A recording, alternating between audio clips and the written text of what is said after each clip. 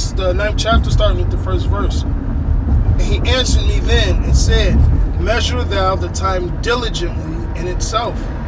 And when thou seest parts of the signs to pass, which I have told thee before, then shalt thou understand that it is the very same time where the highest will begin to visit the world which he made. All right.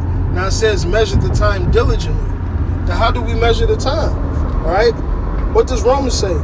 Await for our salvation. Romans 13. Yep, 13. It says, for our salvation is nearer than we ever believed, right? Yes, sir. Take those words. All right. And then it says, I'm just getting it because I don't want to butcher it. That's right. This is Romans, the 13th chapter. 13, 11. Yep.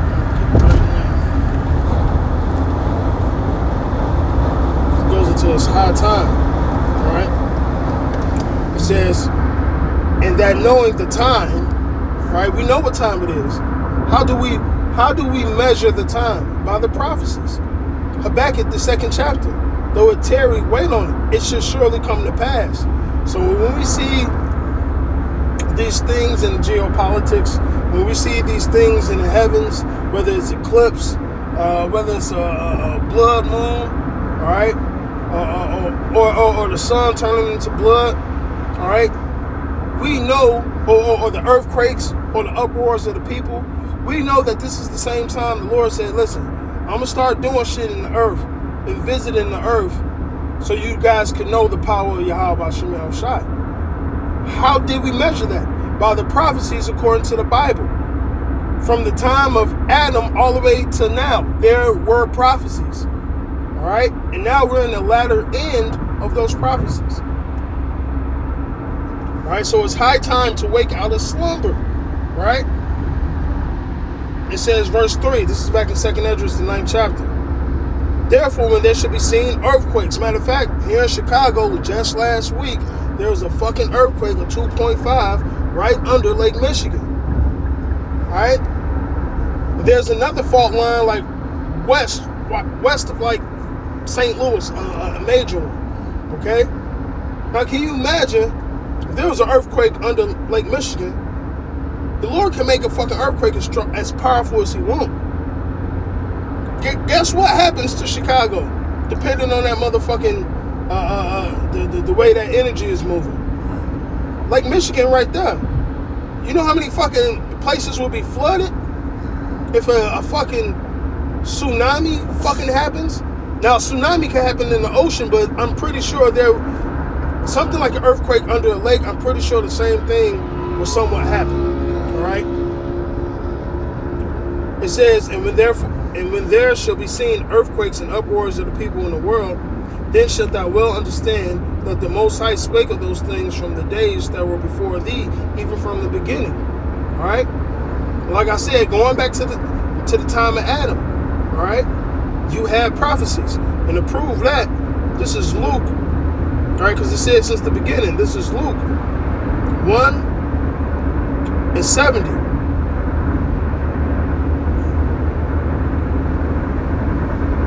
In fact, I'm sorry, 68. Blessed be Yahweh, the power of Israel, for he had visited and redeemed his people.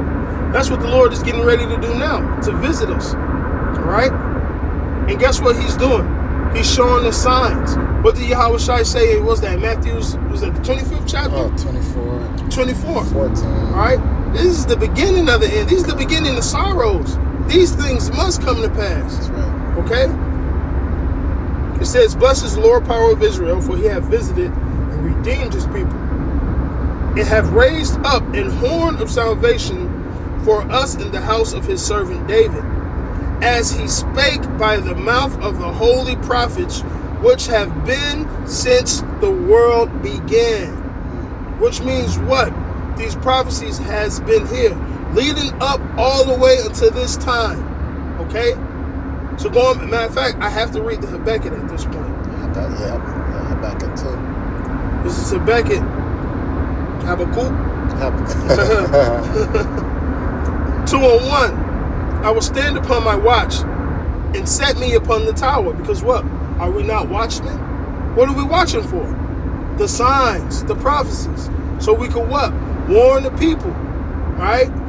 Repent, for the kingdom of heaven is at hand. Basically, Isaiah 58:1. That's literally what we're doing, okay?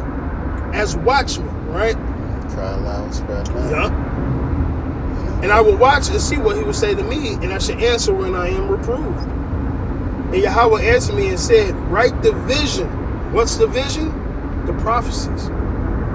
And make it plain upon the tables, that he may run that and readeth it. What's the tables? The Bible. Okay? It said make it plain. Now, the script, matter of fact, it's back in 2. Let me get the blue letter. I want to see.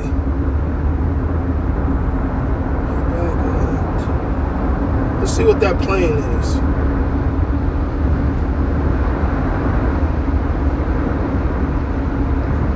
Ba'ar. Make it plain, distinct, make clear, to declare. Okay? Let's go to the lexicon. Right? A whale, a pit, kindred roots. View the whole entry.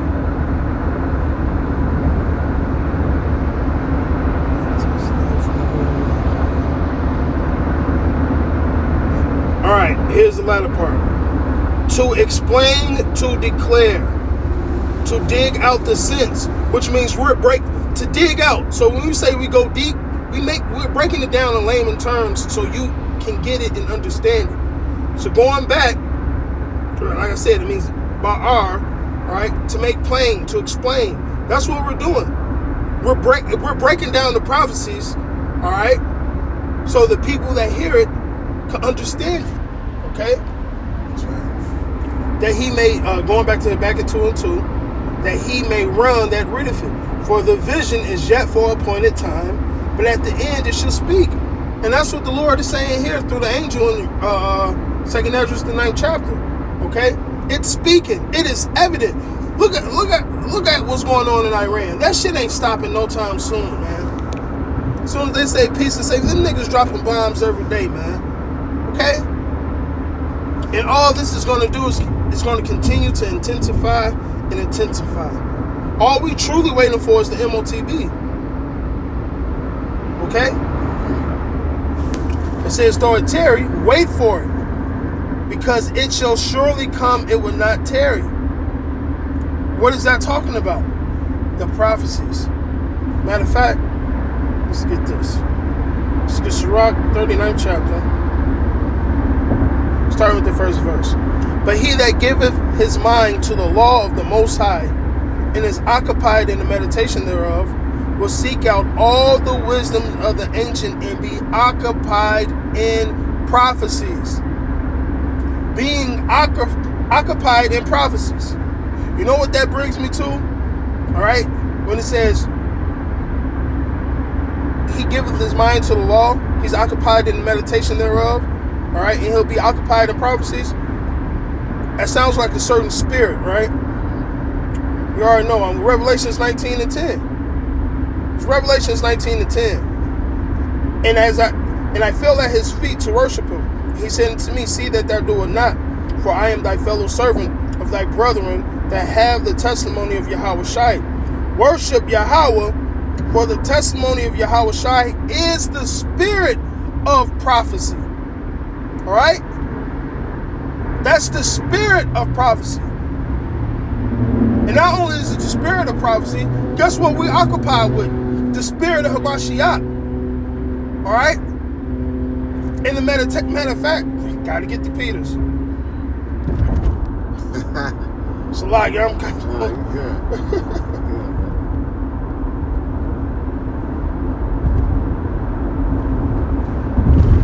First Peter is the second Peter. Second Peter. Yep. Check this out. 1 Peter's 1 and 10. We'll start with 9. Receiving the end of your faith, even the salvation of your souls, of which, all right, we was talking about being occupied in prophecies and having the spirit of prophecy, which is the testimony of Mashiach, right? It says, of which salvation the prophets have inquired and searched diligently. What that mean? What does that mean? The prophets was occupied in the prophecy. It said they searched diligently, who prophesied of the grace that should come. Verse 11 being the point, seeing what? Or what manner of time the spirit of Mashiach, which was in them, did signify when it testified beforehand, which is, to testify beforehand means what? They're prophesying beforehand. All right, of what? The sufferings of Hamashiach and the glory that shall follow. All right, so guess what? The prophets of old were searching. They were being diligent, going into the prophecies so they could know what time Yahweh Shai was going to come on the scene and grant salvation for Israel. All right, because back then, in our heads, as soon as Yahweh Shai come, oh, we out of this bitch. Fuck Rome, it's over with. Not knowing that there was another head of this beast, of this system that needed to go down first. All right, because the mark of the beast wasn't out during the Roman Empire. It's out doing Rome 2.0. Okay? So once again, being occupied in prophecies, having that testimony of Hamashiach, which is the spirit of prophecy, all right? It's high time. We occupied in it. Matter of fact, let me get 1 Timothy. Hey, stop me at any time. You got any precepts? Bring them out. Listen, I'm like, bring them out. Matter of fact. This is 1 Timothy. It gotta be 4. This is 1 Timothy 4:15. Meditate. Yeah, there's that word meditate again. Matter of fact, that's 1 Timothy, the 4th chapter. Let's go on the blue letter. Let's get that meditate. 1 Timothy. See, when we read, we ain't just gonna just talk out the crack of our asses, man. We're gonna dig. We're gonna explain. Ba'ar. Just like that word we looked up. We're gonna get into it so we can make it plain upon the table so you can understand it. Because, you know, a lot of believers are like babes. They're babes. So they gotta, you know, we gotta make it milk. You can't give them a steak. Yup, can't give a baby a steak, man. So it says meditate. This is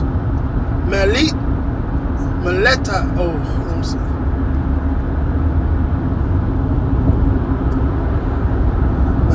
Oh, no, it's not gonna play. It will, but it's quiet. He's playing. Yeah.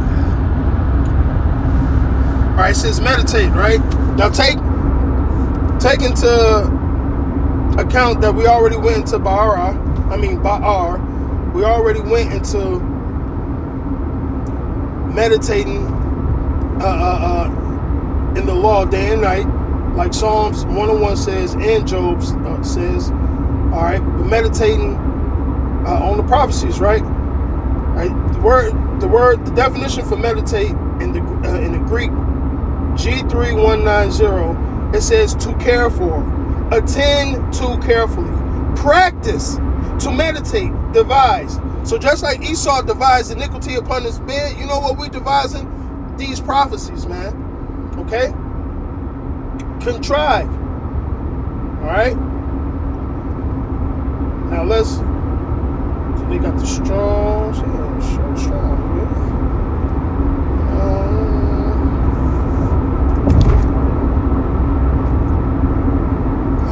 pondering, practice of orators and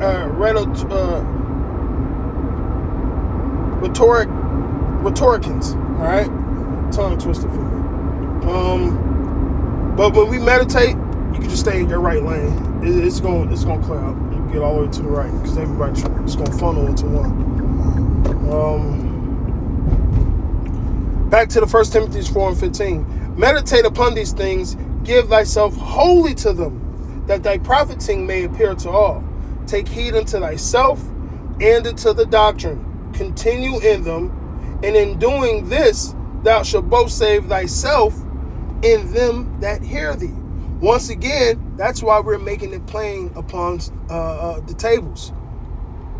So them that hear us will be saved. But the only one that's going to hear us is who? The elect. All right? Many are called, few are chosen. All right? The elect is going to hear that voice and stay on that path. All right? Hey, we speaking on prophecies. It's prophesied that all Israel is not going to get it. All Israel is not going to get it. Hey, that's Romans, the 11th chapter, 7th verse. The rest were blinded. Okay? Sirach talks about the ways of the Lord are plain to the holy, but to the wicked they stumble at it. Okay? So this is the more you think about it, this is a very precious thing that we're involved in, man. He said we receive this truth, we receive this ministry, we receive mercy. That's like 2 Corinthians, the 4th chapter. So that's also proof that the Lord is not dealing with everybody, because he said if this gospel be here, it is here to them that are lost. You add it because you don't want everybody to get him to be involved in this thing, man. And it's precious. Matter of fact, let's do this.